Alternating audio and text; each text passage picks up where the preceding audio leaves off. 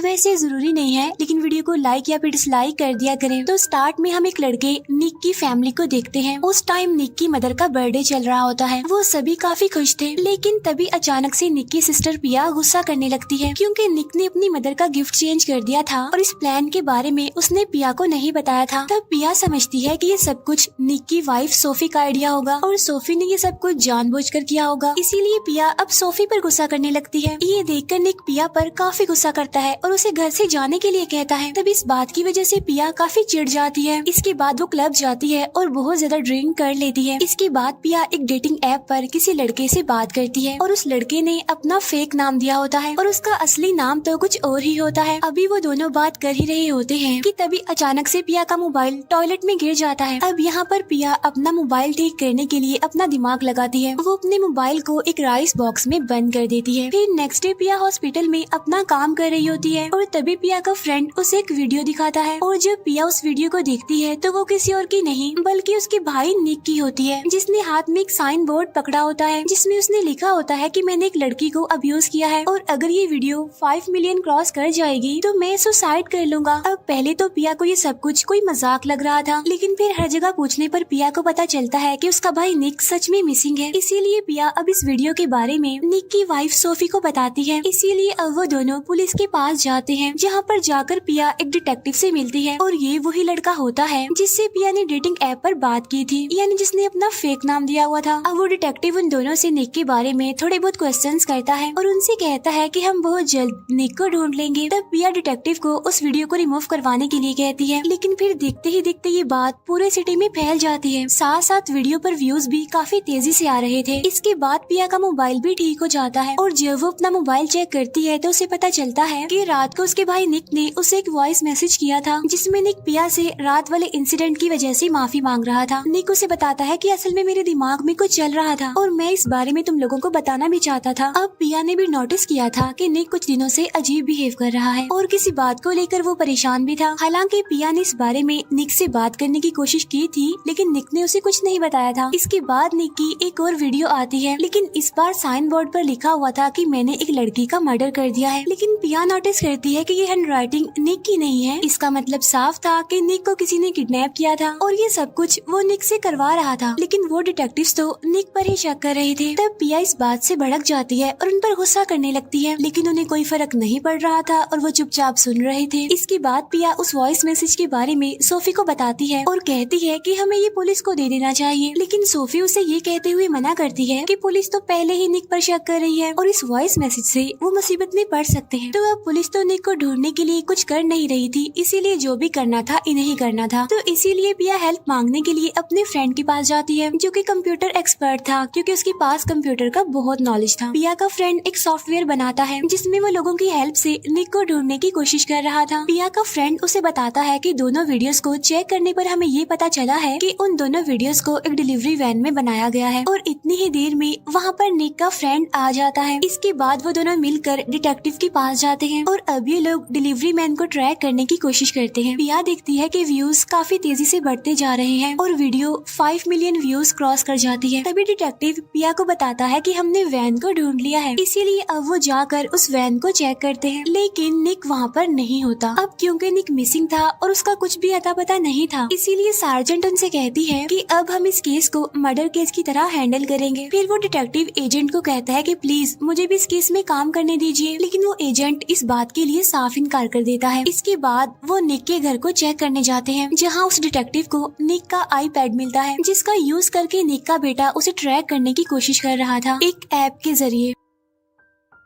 अब जिस एरिया में ये निक को ट्रैक करते हैं तो उस एरिया को ये मार्क कर लेते हैं, जिससे उन्हें पता चल जाएगा कि निक को किस एरिया में ढूंढना है और किस में नहीं। इसके बाद वो डिटेक्टिव पिया को बताता है कि अब ये केस मैं नहीं बल्कि वो एजेंट हैंडल कर रहा है। वो पिया को कहता है कि मैं तुम्हारी हेल्प करना चाहता हूँ लेकिन नहीं कर सकता। अब यहाँ पर वो डिटेक्टिव सार्जेंट को बताता है कि मुझे निक के बेटे के मोबाइल से कुछ मैसेजेस मिले हैं, जिससे हमें पता चला है कि निक और सोफी के बीच कुछ ठीक नहीं चल रहा था और उन दोनों के बीच किसी बात की वजह से लड़ाई थी। थी। सार्जेंट उस डिटेक्टिव को बताती है कि निक की फैमिली ने रिक्वेस्ट की है कि तुम्हें भी इस केस में रखा जाए, इसीलिए अब तुम भी इस केस में काम कर सकते हो। नेक्स्ट डे उस डिटेक्टिव के पास पिया का मैसेज आता है क्योंकि वो उसे कुछ दिखाना चाहती थी और यहाँ पर पिया डिटेक्टिव को उस वॉइस मैसेज के बारे में बता देती है। और जब डिटेक्टिव इस बारे में सोफी से पूछता है तो वो कहती है कि उस रात मेरा और निक का नहीं बल्कि निक और पिया का झगड़ा हुआ था और क्या पता वो अपने वॉइस मैसेज में इसी बारे में बात कर रहा हो। तो तब वो डिटेक्टिव इस बारे में पिया से पूछता है तो पिया उसे बताती है कि वो तो बहन भाइयों वाली लड़ाई थी छोटी सी। उसके बाद पिया उसे ये भी बताती है कि बर्थडे के एक दिन बाद निक हॉस्पिटल आया था क्योंकि वो इंजर्ड था, उसे किसी ने मारा था। और जब वो डिटेक्टिव उस डेट को चेक करता है तो उसे पता चलता है कि उस रात निक एक बार में गया था। इसके बाद डिटेक्टिव वहाँ पर जाकर उस बार की सीसीटीवी फुटेज चेक करता है जिससे डिटेक्टिव को पता चलता है कि उस रात निक का एक आदमी से झगड़ा हुआ था जिसने निक को काफी मारा था। इसके बाद डिटेक्टिव वो फुटेज पिया को भी दिखाता है। यहाँ डिटेक्टिव उसे बताता है कि इस आदमी पर शक किया जा सकता है, क्या पता निक को इसी ने किडनैप किया हो। इसके बाद डिटेक्टिव एजेंट को बताता है कि अगर हम ट्रैफिक वाले एरिया को इग्नोर कर दें तो शहर से दूर अभी भी एक जगह बचती है जिसे हमने चेक नहीं किया अभी तक। इसके बाद ये लोग वहाँ पर जाते हैं और उस जगह को चेक करने लगते हैं जहाँ उन्हें निक की बॉडी तो मिल जाती है लेकिन वो मर चुका था। तब यहाँ पर डिटेक्टिव पिया को उसके भाई की मौत के बारे में बताता है और अभी उस आदमी का पता लगवाना चाहते थे जिसने निक को मारा था। इसके बाद डिटेक्टिव सोफी का पर्सनल अकाउंट चेक करता है जहाँ उन्हें सोफी के साथ एक आदमी की पिक्चर मिलती है जो कि उसका फ्रेंड था और ये आदमी कोई और नहीं बल्कि वो था जिसने बार में निक को मारा था। तो इसीलिए डिटेक्टिव और एजेंट सोफी से इस बारे में पूछते हैं। यहाँ पर सोफी बताती है कि ये मेरा फ्रेंड है और ये मेरे साथ मेरे स्कूल में टीचर था और मैं लास्ट टाइम उससे 6 महीने पहले मिली हूँ। फिर सोफी ये सब कुछ अपनी मदर को बताती है कि पुलिस को लगता है कि ये सब कुछ मेरे फ्रेंड ने किया है और अगर सच में उसने ये किया है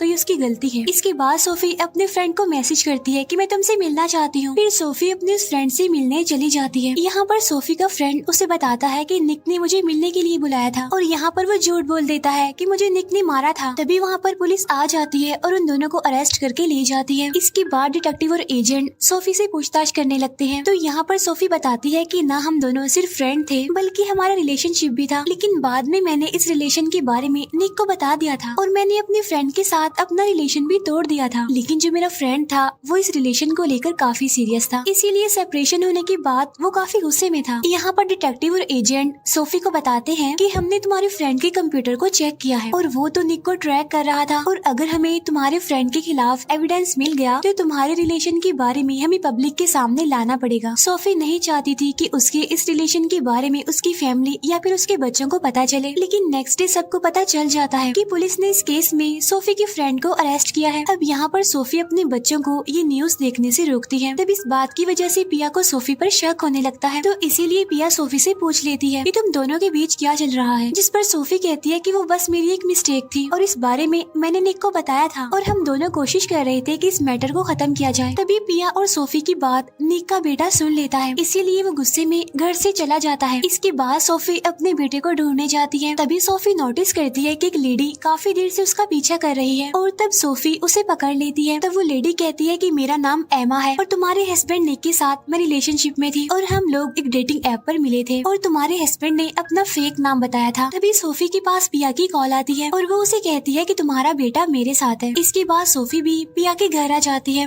यहाँ पर सोफी पिया को बताती है कि मुझे एक लेडी मिली थी और उसने बताया कि उसका अफेयर निक के साथ था और वो निक को डेटिंग ऐप पर मिली थी जहाँ पर निक ने अपना फेक नाम बताया था। अब यहाँ पर पिया उस फेक नाम की प्रोफाइल चेक करती है, लेकिन वो प्रोफाइल डीएक्टिवेट थी। लेकिन पिया अपने फ्रेंड की मदद से उस अकाउंट को रिस्टोर कर लेती है और अब पिया सोफी को बताती है कि वो लेडी एमा बिल्कुल ठीक कह रही थी, सच में उसका और निक का अफेयर चल रहा था। इसके बाद कहानी यहाँ से शिफ्ट होकर 6 हफ्तों पहले दिखाई जाती है, जहाँ पर एमा को पता चलता है कि वो आदमी जिसे वो डेटिंग ऐप पर मिली थी यानी जिसने अपना नाम फेक बताया था उसकी मौत हो चुकी है और इतने टाइम से वो जिस आदमी के साथ रिलेशनशिप में थी उसका असली नाम तो निक था। वो मैरिड है और उसके 2 बच्चे भी हैं, लेकिन यहाँ पर एमा निक की फैमिली की हेल्प करना चाहती थी, इसीलिए वो इस सिटी में आकर सोफी से मिलती है और उसे सारी बात सच सच बता देती है। इसके बाद एमा उस डिटेक्टिव से मिलती है, जहाँ पर एमा उसे भी बताती है कि मैं निक से एक डेटिंग ऐप पर मिली थी और हम दोनों एक दूसरे से प्यार करते थे। इसके बाद एमा निक के स्पोर्ट्स सेंटर जाती है, जहाँ पर वो निक के फ्रेंड से मिलती है और यहाँ पर वो निक के बारे में थोड़ी बातें करते हैं। इसके बाद निक का फ्रेंड वहाँ से चला जाता है। इसके बाद पिया निक के फ्रेंड के पास जाती है और उससे कहती है कि तुम निक के अफेयर के बारे में पहले से ही जानते थे ना, जहाँ पर निक का फ्रेंड पिया को बताता है कि अभी मुझसे एक लेडी एमा मिलने आई थी जहाँ पर पिया एमा से मिलने के लिए उसके होटल जाती है। यहाँ पर एमा पिया को बताती है कि तुम्हारा भाई निक और मैं एक दूसरे से प्यार करते थे और तुम्हारा भाई अपनी मैरिड लाइफ से खुश नहीं था और उसने मुझसे कहा था कि जब उसके बेटे का हाई स्कूल कंप्लीट हो जाएगा तो मैं सोफी को छोड़ दूंगा और मैं तो बस इस मैटर में उसकी हेल्प कर रही थी। तभी ये सुनकर पिया वहाँ से चली जाती है। रात में एमा को किसी अननोन पर्सन की कॉल आती है और वो पर्सन फौरन एमा को ये शहर छोड़ने का कहता है। एमा पुलिस को भी कॉल करती है लेकिन वो खुद भी काफी डरी हुई थी, इसीलिए वो होटल को छोड़कर वहाँ से भाग जाती है। लेकिन तभी एक गाड़ी उसका पीछा करती है और एमा का एक्सीडेंट हो जाता है। इसके बाद एमा को हॉस्पिटल लेकर जाया जाता है जहाँ पर एमा डिटेक्टिव को सारी बात बताती है। इतनी ही देर में वहाँ पर पिया भी आ जाती है। तब डिटेक्टिव पिया को बताता है कि एमा एक अकेली लड़की नहीं है जिसका तुम्हारे भाई से अफेयर था, बल्कि उसके जैसी दो और भी हैं। तभी बात पिया एमा को बताती है कि तुम अकेली नहीं थी बल्कि दो और लड़कियां थी जो मेरे भाई निक के साथ रिलेशनशिप में थी और निक हर एक डेटिंग ऐप पर अलग अलग लड़कियों से मिलता था और उन्हीं में से एक लड़की का नाम था मैंडी। इसके बाद एमा मैंडी के बारे में पता लगवा कर उससे मिलने जाती है। यहाँ पर एमा दुखी होते हुए अपनी फ्रेंड को बताती है कि निक ने मुझसे भी वही प्रॉमिस किया जो उसने मैंडी से किया था। इसीलिए एमा यहाँ पर डिसाइड करती है कि वो निक की रियलिटी सबके सामने ला कर रहेगी। इसीलिए एमा एक न्यूज रिपोर्टर को कॉल करती है। इसके बाद वो न्यूज रिपोर्टर एमा का इंटरव्यू लेता है। यहाँ पर एमा उसे बताती है कि निक हर एक डेटिंग ऐप पर अलग अलग लड़कियों को फंसाता है। इसके बाद वो रिपोर्टर ये इंटरव्यू अपनी सीनियर रिपोर्टर को दिखाता है, जहाँ पर वो रिपोर्टर कहती है कि हम ये तो जानते हैं कि निक लड़कियों को फंसाता था, लेकिन हमें ये भी पता लगवाना है कि क्या निक ने उनमें से किसी को मारा तो नहीं था। इसीलिए वो सीनियर रिपोर्टर दूसरे रिपोर्टर को सोफी का इंटरव्यू लेने के लिए कहती है। तब इस बारे में वो रिपोर्टर सोफी के फ्रेंड से बात करता है, लेकिन वो उसे ऐसा करने से मना कर देते हैं। अब यहाँ पर वो रिपोर्टर एक डिलीवरी मैन बनकर सोफी के घर में घुस जाता है, लेकिन वो पकड़ा जाता है। यहाँ पर वो रिपोर्टर सोफी को बताता है कि एमा ने प्रेस को सारी बात बता दी है। अब सोफी को इस बात से काफी गुस्सा आता है, इसीलिए वो अपने लॉयर के साथ उस सीनियर रिपोर्टर के पास जाती है, जहाँ पर सोफी उस रिपोर्टर को कहती है कि एमा का इंटरव्यू रोका जाए, जिस पर वो रिपोर्टर कहती है कि हम ऐसा नहीं कर सकते और वो सोफी को कहती है कि अगर आप हमें अपना इंटरव्यू दे दे तो हम एमा के इंटरव्यू को नहीं चलाएंगे। तब इस बात के लिए सोफी मान जाती है। इसके बाद वो दूसरा रिपोर्टर अपने फ्रेंड को बताता है कि अभी तक हमें निक की 2 प्रोफाइल्स के बारे में पता चला है, इस तरह की न जाने और भी पता नहीं कितनी होंगी। इसके बाद वो रिपोर्टर निक के कॉलेज की वेबसाइट पर एक आर्टिकल चेक करता है और तभी वो रिपोर्टर देखता है कि निक की एक स्टूडेंट ने वहाँ पर कमेंट किया है, जहाँ पर उसने लिखा था कि तुम लोग निक की जितनी मर्जी तारीफ कर लो, लेकिन तुम अभी तक उसे नहीं जानते। तब इस बारे में पूछने के लिए वो रिपोर्टर निक की उस स्टूडेंट के पास जाता है और उससे इस बारे में पूछता है। तब वो लड़की उस रिपोर्टर को बताती है कि मैंने निक और अपनी फ्रेंड टेरा को बात करते हुए देखा था और इसके बाद टेरा ने फौरन टीम को छोड़ दिया था। इसके बाद अब वो रिपोर्टर टेरा के पास जाता है, लेकिन टेरा उसे कुछ नहीं बताती। तब इस रिपोर्टर का फ्रेंड बताता है कि निक की एक और प्रोफाइल मिली है और जब वो उस अकाउंट को चेक करते हैं तो उन्हें एक लड़की के बारे में पता चलता है, जहाँ उस लड़की ने भी अपना फेक नाम लिखा हुआ था।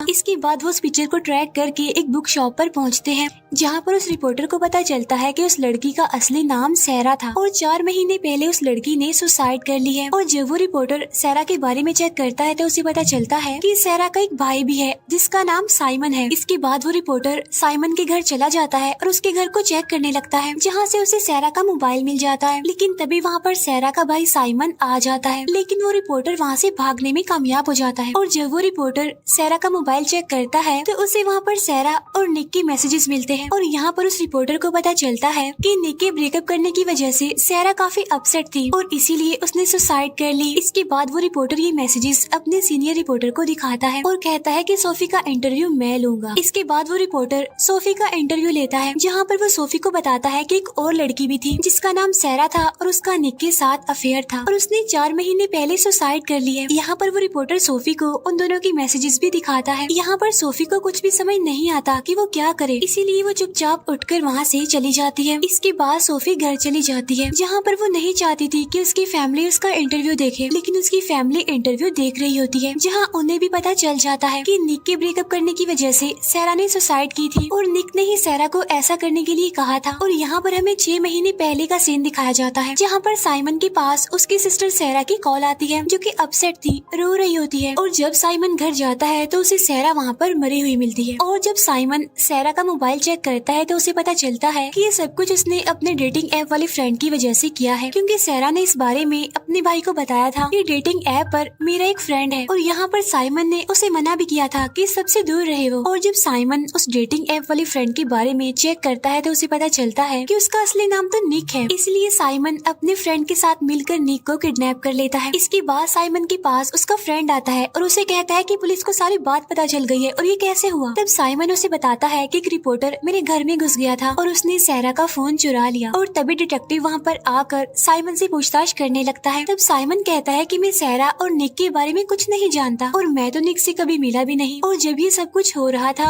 तो मैं तो अपने फ्रेंड के साथ फिशिंग के लिए गया हुआ था। इसके बाद डिटेक्टिव वहाँ से चला जाता है और जब वो साइमन की प्रोफाइल चेक करता है तो वो देखता है कि उसने फिशिंग की एक पोस्ट डाली हुई है। और तभी उस डिटेक्टिव के पास पिया की कॉल आती है। तब डिटेक्टिव उसे बताता है कि मैं साइमन से मिलने आया था। इसके बाद पिया डिटेक्टिव से मिलने जाती है, जहाँ डिटेक्टिव उसे बताता है कि मुझे लगता है कि साइमन मुझसे कुछ छुपा रहा है। उधर साइमन और उसके फ्रेंड को पता चल चुका था कि पुलिस कभी भी उन तक पहुँच सकती है, इसीलिए अब वो लोग भागने का प्लान बनाते हैं। फिर नेक्स्ट डे जब साइमन भागने की कोशिश करता है तो डिटेक्टिव उसे पकड़ लेता है। उधर पिया साइमन के फ्रेंड को भागता हुआ देख लेती है और उसे पंच मारती है। इसके बाद डिटेक्टिव साइमन से इन्वेस्टिगेशन करने लगता है। वो डिटेक्टिव उसे कहता है कि छुपाने का कोई फायदा नहीं है, तुम्हारे फ्रेंड ने सब कुछ बता दिया है। यहाँ पर साइमन कहता है कि मैं निक की बहन पिया से बात करना चाहता हूँ। इसके बाद पिया साइमन से बात करती है। यहाँ पर साइमन उसे बताता है कि मैंने तुम्हारे भाई को गलत समझकर उसे पकड़ लिया, लेकिन मैंने तुम्हारे भाई को नहीं मारा। इसके बाद हम देखते हैं कि साइमन ने निक को किडनैप करने के बाद उसकी वीडियो बनाई और उसे सोशल मीडिया पर वायरल कर दिया। फिर साइमन निक को कहता है कि तुम्हारी वजह से मेरी बहन मारी गई, जिस पर निक कहता है कि मैंने कुछ नहीं किया, मैं तो तुम्हारी बहन को जानता तक नहीं। निक कहता है किसी ने मुझे फंसाने की कोशिश की है मेरी पिक्चर्स को यूज करके, और ये मेरी रियल पिक्चर्स नहीं है बल्कि किसी ने मेरी पिक्चर्स को एडिट किया है। तब ये बात सुनकर साइमन कंफ्यूज हो जाता है, और जब उनकी वीडियो पर 5 मिलियन हो जाते हैं तो साइमन का फ्रेंड उसे कहता है कि निक को मार दो। और तब निक वहाँ से भागने की कोशिश करता है, लेकिन साइमन उसे पकड़ लेता है। निक उसे फिर कहता है कि मैंने कुछ नहीं किया। निक उसे कहता है कि मैं तुमसे प्रॉमिस करता हूँ कि जिसने भी तुम्हारी बहन को मारा है मैं उसे ढूंढूंगा और पुलिस के हवाले कर दूंगा। तब ये सुनकर साइमन को निक की बात पर यकीन हो जाता है, इसीलिए वो उसे छोड़ देता है। अब यहाँ पर पिया को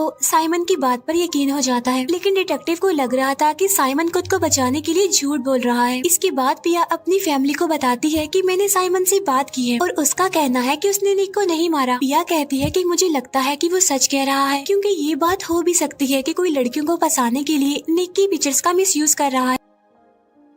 इसके बाद हम देखते हैं कि निक का बड़ा बेटा एक लड़की से बात कर रहा होता है, जहाँ पर वो उस लड़की को कहता है कि मुझे कैसे पता चलेगा कि तुम लड़की ही हो। तो इसीलिए वो लड़की उसे अपनी पिक्चर सेंड करती है। इसके बाद निक का बेटा मैंडी की वीडियो देखता है। मैंडी वही जो निक के साथ रिलेशनशिप में थी, जहाँ पर न्यूज वाले मैंडी से निक के बारे में पूछ रहे होते हैं। इसके बाद निक का बेटा मैंडी से कांटेक्ट करता है, जहाँ पर नेक्स्ट डे निक के बेटे को मैंडी का मेल मिलता है, जिसमें मैंडी ने लिखा होता है कि मैं तो निक से कभी भी नहीं मिली, मैं तो उससे जानती तक नहीं। और तब ये बात निक का बेटा पिया को बताता है। इसके बाद वो दोनों डिटेक्टिव के पास जाते हैं, जहाँ पर पिया को पता चलता है कि अब वो लोग इस केस को क्लोज करने वाले हैं। यहाँ पर पिया निक के बेटे को कहती है कि अब क्योंकि केस क्लोज होने वाला है तो हमें कुछ ऐसा करना होगा जिससे वो लोग इस केस को रीओपन कर दें। इसके बाद पिया हेल्प के लिए अपने फ्रेंड के पास यानी उस कंप्यूटर एक्सपर्ट के पास जाती है। यहाँ पर पिया का फ्रेंड उसे बताता है कि मैंने निक के बारे में एक बात सुनी है कि निक अपनी एक स्टूडेंट टेरा के साथ रिलेशनशिप में था। इसके बाद निक का बेटा अपने फ्रेंड को मैसेज करता है कि मैं तुमसे मिलना चाहता हूँ। अब पहले तो वो लड़की इनकार कर देती है, लेकिन बाद में वो उसे अपनी लोकेशन सेंड कर देती है। इसके बाद निक का बेटा अपनी फ्रेंड से मिलने के लिए उसके घर चला जाता है। यहाँ पर निक का बेटा अपनी फ्रेंड को बताता है कि सैरा और मेरे फादर निक को फंसाने की कोशिश की गई, तो अगर हम उस कैट फिशर को पकड़ लें तो ये बात साबित हो जाएगी कि मेरे फादर बेकसूर है। तो वो लड़की उसे कहती है कि तुम्हें एमा से बात करनी चाहिए। अब क्योंकि तुम निक के बेटे हो इसीलिए वो तुमसे बात जरूर करेगी। इसके बाद अब वो लोग एमा से बात करते हैं, जहाँ पर एमा निक के बेटे को बताती है कि मैं तुम्हारे फादर से रोज बात किया करती थी, लेकिन मैं तुम्हारे फादर से कभी भी नहीं मिली। तब वो लड़की कहती है कि अगर कैट फिशर ने एमा को पिक्चर्स भेजी हैं, तो मैं ये चेक करके बता सकती हूँ कि उन्हें कहाँ से भेजा गया है। इसके बाद पिया निक की उस फीमेल स्टूडेंट टेरा से मिलने जाती है, जहाँ पर उसे पता चलता है कि टेरा का अफेयर निक के साथ नहीं बल्कि उसके फ्रेंड के साथ था और इसीलिए वो टीम छोड़ना चाहती थी, लेकिन निक ऐसा नहीं चाहता था, इसीलिए उन दोनों के बीच बहस हो गई। टेरा बताती है कि बाद में मैंने निक की फ्रेंड से भी रिलेशन तोड़ दिया, तो बदला लेने के लिए निक के फ्रेंड ने मेरी प्राइवेट पिक्चर्स इंटरनेट पर वायरल कर दी और मुझे निक ने कहा भी था कि मैं उसके फ्रेंड के बारे में रिपोर्ट करूं। इसके बाद पिया निक के स्पोर्ट्स सेंटर जाती है, जहां पर वो निक के फ्रेंड का कंप्यूटर चेक करना चाहती थी, लेकिन उस पर पासवर्ड लगा हुआ था। तब स्पोर्ट्स सेंटर की मैनेजर डोनी उस कंप्यूटर पर पासवर्ड लगाती है और जब पिया कंप्यूटर चेक करती है तो उसे निक की सारी डिटेल्स उस कंप्यूटर में मिल जाती है। इसके बाद पिया इस बारे में डिटेक्टिव को बताती है कि मैंने निक के फ्रेंड का कंप्यूटर चेक किया है और उस कंप्यूटर में निक की सारी डिटेल्स मौजूद है, तो क्या पता ये सब कुछ निक के फ्रेंड ने किया हो। दूसरी तरफ एमा निक के बेटे को वो सारी पिक्चर सेंड कर देती है। तब निक का बेटा अपने फ्रेंड को मैसेज करता है कि इस बारे में पता लगवाओ कि ये पिक्चर्स कहाँ से आई हैं। इसके बाद पिया जब अपने घर जाती है तो वहाँ पर निक का फ्रेंड पहले से ही होता है। पिया उसे बताती है कि मैं टेरा से मिली थी, उसने मुझे बता दिया कि तुमने उसकी पिक्चर्स लीक कर दी थी। तब निक का फ्रेंड कहता है कि वो मेरी मिस्टेक थी, लेकिन मैंने निक को कुछ नहीं किया। तब पिया कहती है कि मैंने तुम्हारा कंप्यूटर चेक कर लिया है। तब इस बात की वजह से निक के फ्रेंड को गुस्सा आ जाता है। इसके बाद जब पिया की फ्रेंड वहाँ पर आती है तो निक का फ्रेंड वहाँ से चला जाता है। फिर सोफी अपने बच्चों को कहती है कि हम ये सिटी छोड़कर जा रहे हैं। तब इस बात की वजह से सोफी का छोटा बेटा नाराज हो जाता है और उठकर वहाँ से चला जाता है। तब सोफी का बड़ा बेटा बताता है कि मैंने एमा से बात की है और एमा का कहना है कि वो पापा से कभी भी नहीं मिली। इसके बाद वो अपनी मदर सोफी को एमा का वीडियो कॉल दिखाता है और ये बात सोफी का छोटा बेटा भी सुन लेता है। इसके बाद सोफी का बेटा अपने भाई का कंप्यूटर चेक करता है, जहाँ उसके भाई की फ्रेंड यानी उस लड़की का मैसेज आता है जिसमें उसने कैट फिशर की लोकेशन भेजी होती है। और जब सोफी अपने छोटे बेटे का रूम चेक करती है तो वो वहाँ पर नहीं होता। और जब सोफी का बड़ा बेटा कंप्यूटर चेक करता है तो उसे पता चल जाता है कि उसका भाई कहाँ गया होगा। उधर सोफी का छोटा बेटा उस लोकेशन को ट्रैक करते हुए एक घर पर आ जाता है। यहाँ पर उसका बड़ा भाई उसे कॉल करने की कोशिश करता है, लेकिन वो कॉल पिक नहीं करता। उसका बड़ा भाई उसे मैसेज करता है कि वहाँ से आ जाओ वापिस, वो जगह खतरनाक है, लेकिन उसका भाई उसकी बात नहीं मानता और उस घर में चला जाता है। और वो घर किसी और का नहीं बल्कि स्पोर्ट्स सेंटर की मैनेजर डोनी का होता है, जो कि अपने हस्बैंड के साथ वहाँ पर रहती है। अब यहाँ पर वो दोनों समझ जाते हैं कि यहाँ पर निक का बेटा क्यों आया है, इसीलिए डोनी निक के बेटे को अंदर बुला लेती है। अब यहाँ पर निक का बेटा समझ जाता है कि वो खतरे में है, इसीलिए वो झूठ बोल देता है कि मेरी मदर जानती है कि मैं यहाँ पर आया हूँ। लेकिन निक के बेटे को मारने के लिए डोनी का हस्बैंड अपनी गन अपने पास रख लेता है। इसके बाद हमें 2 साल पहले का सीन दिखाया जाता है, जब निक फर्स्ट टाइम स्पोर्ट्स सेंटर में आया था, जहाँ पर निक डोनी को कंप्यूटर का पासवर्ड चेंज करने के लिए कहता है। और तभी निक के पास मैंडी का मैसेज आता है, जिसे डोनी पढ़ लेती है और वो सोचती है कि निक की लाइफ कितनी अच्छी चल रही है, इसीलिए डोनी ही निक की आईडी से फेक अकाउंट बनाकर लड़कियों को फंसाने का काम कर रही थी। असल में वो ये जानना चाहती थी कि निक बनकर कैसा लगता है, एक ऐसा इंसान जिसे सब पसंद करते हैं। लेकिन एक दिन डोनी के हस्बैंड को इस बात का पता चल जाता है। तब उसका हस्बैंड कहता है कि ये सब कुछ बंद कर दो, लेकिन अब काफी देर हो चुकी थी। इसके बाद सोफी और पिया डोनी के घर जाते हैं, लेकिन घर पर कोई नहीं था